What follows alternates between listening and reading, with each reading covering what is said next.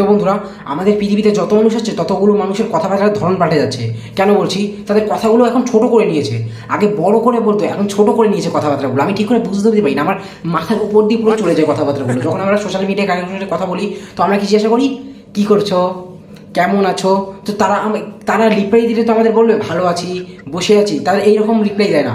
BCI, কেসিআই, তারপর শুয়ে আছি, এসিসি, মানে শুয়ে আছি, মানে এইটুকু বলতে এদের গাড় ফেলে যায়। এরা ছোটোতে অক্ষর দিয়ে দেয়, মানে ছোটো অক্ষর যখনই এরা ভাবে মানে বলে, তখনই আমি টেনশনে পড়েছি, মানেটা কি, মানেটা কি, মানেটা কি। তারপর যখন মানে জিজ্ঞাসা করি, তখন আমাকে মূর্খতা বলে চলে যায়, ব্লক করে আমাকে। তারপর সেদিন একটা ছেলের সাথে কথা বলছি, তো ছেলেটা আমাকে বললো বিসি।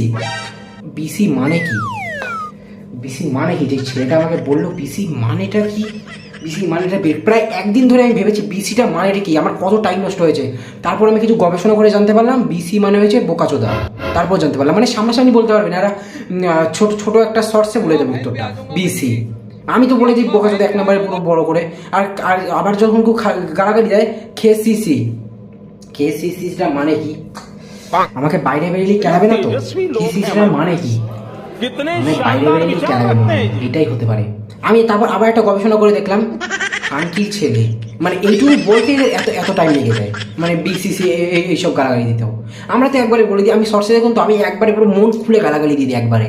আর এরা শর্টসে পুরো উত্তর দিয়ে দেয়, কিছু বাচ্চা বুঝতে পারি না আমি, আরও টেনশন চলে আসে। পুরো সারাদিন টেনশনের উপরে লেগে থাকি যে এরা আমাকে কখন মারবে না ধরবে আমাকে ধরে।